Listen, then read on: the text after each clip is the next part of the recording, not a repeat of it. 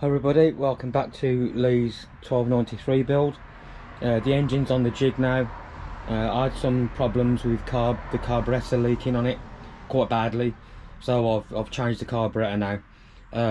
I have had it running very briefly about 20 minutes ago. This will be second start, so we'll see how it goes. I'll just put this camera outside. Oh. Position it outside.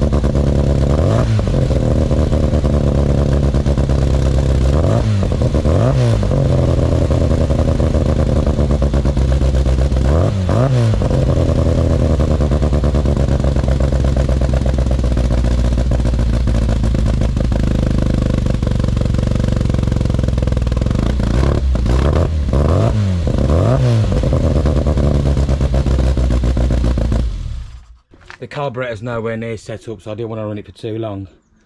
But yeah, it runs. It's got good oil pressure. So yeah, happy days.